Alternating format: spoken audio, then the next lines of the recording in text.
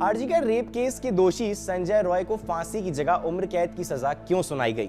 जज ने फैसला सुनाते वक्त क्या कहा, आइए जानते हैं पूरी खबर। कोलकाता के आरजीकर रेप मर्डर केस में दोषी संजय रॉय को सियालदाह कोर्ट ने उम्र कैद की सजा सुनाई। सीबीआई ने मामले को रेयरेस्ट ऑफ रेयर बताते हुए फांसी की सजा की मांग की थी। हर तरह के सबूत भी रखे, कहा कि ऐसी सजा दी जाए जो मिसाल बने। कोई ऐसा करने से पहले 100 बार सोचे, उसे सर्वाधिक सजा दी जानी चाहिए। लेकिन जस्टिस अरविंद दास ने सीबीआई की दलील को नकारते हुए उसे सिर्फ उम्र कैद की सजा सुनाई है। आइए जानते हैं वो वजह जिससे संजय रॉय फांसी की सजा से बच निकला। जज ने कहा कि यह मामला रेयरेस्ट ऑफ रेयर की श्रेणी में नहीं आता, इसलिए इसे फांसी की सजा नहीं दी जा सकती। मैंने अपना काम कर दिया है, आप चाहें तो हाई कोर्ट में जाकर ज्यादा सजा की मांग कर सकते हैं। संजय रॉय के वकील ने सुप्रीम कोर्ट के कई फैसले गिनाते हुए कहा, जिसमें उन्होंने कहा कि आरोपी की स्थिति सुधारने का मौका दिया जाना चाहिए, इसलिए उसे सजाए मौत की जगह कुछ और सजा दी जाए। सुप्रीम कोर्ट ने कई मामलों में बार बार कहा है कि आरोपियों को मौका दिया जाए। अगर सबूतों को लेकर कोई संदेह है, अगर विचार के आधार पर कोई सजा होती है, तो सुप्रीम कोर्ट के फैसलों को ध्यान में रखना चाहिए। कोर्ट ने इस दलील को उचित माना।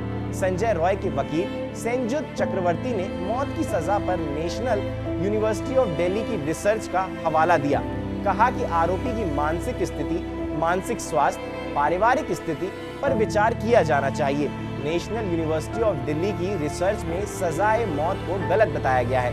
फैसला सुनाने के बाद बाहर आए वकीलों ने कहा, जज को इस बात पर पूरी तरह यकीन था कि यह मामला रेयरेस्ट नहीं है।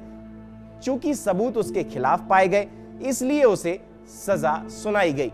वकीलों ने कहा कि जज ने सुप्रीम कोर्ट के पुराने फैसलों को ध्यान में रखते हुए संजय रॉय के प्रति नरमी बरती। उन्हें लगा होगा कि इसे कुछ मौका दिया जाना चाहिए, इसलिए उन्होंने मौत की सजा नहीं दी। बात अब उन सबूतों की करते हैं जिसकी वजह से ये सजा सुनाई गई।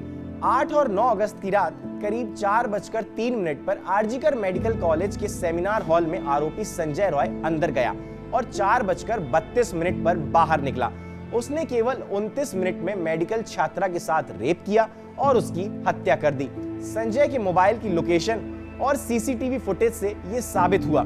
आरोपी का ब्लूटूथ घटना स्थल पर मिला, जिसकी मैक आईडी उसके मोबाइल की ब्लूटूथ हिस्ट्री की मैक आईडी से मैच हो गई। ब्लूटूथ भी ऑटोमेटिक उसके मोबाइल से कनेक्ट हो गया। पीड़िता के शरीर पर आरोपी के मुंह का सलाइवा पाया गया। रॉय की जीन्स और जूतों पर पीड़िता का खून भी पाया गया।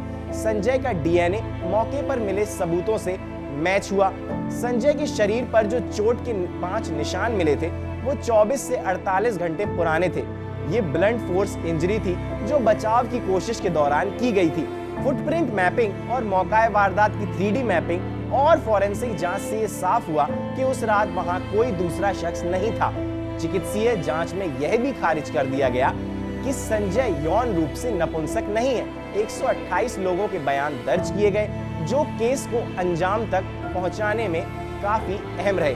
तो ये थी पूरी खबर और संजय रॉय को अब उम्र कैद की सजा सुना दी गई है। अब आपकी इस पर क्या राय है और आपकी इस पर क्या प्रतिक्रिया है, वो आप कमेंट सेक्शन में बता सकते हैं।